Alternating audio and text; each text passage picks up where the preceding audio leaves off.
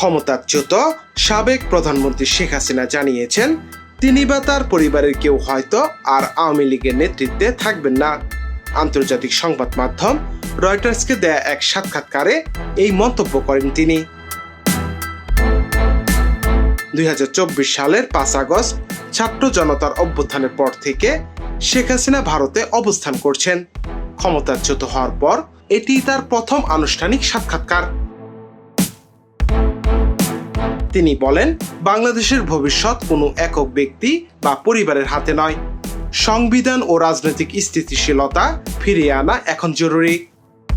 তবে তার বক্তব্য ছেলে সজীব ওয়াজেদ জয়ের আগের মন্তব্যের সঙ্গে ভিন্ন। জয় জানিয়েছিলেন, অনুরোধ এলে তিনি নেতৃত্ব বিবেচনা করবেন। শেখ হাসিনা বলেন, বৈধ সরকার ও সংবিধান অটুট থাকলে তিনি দেশে ফিরবেন। আপাতত তার অবস্থান ভারতেই।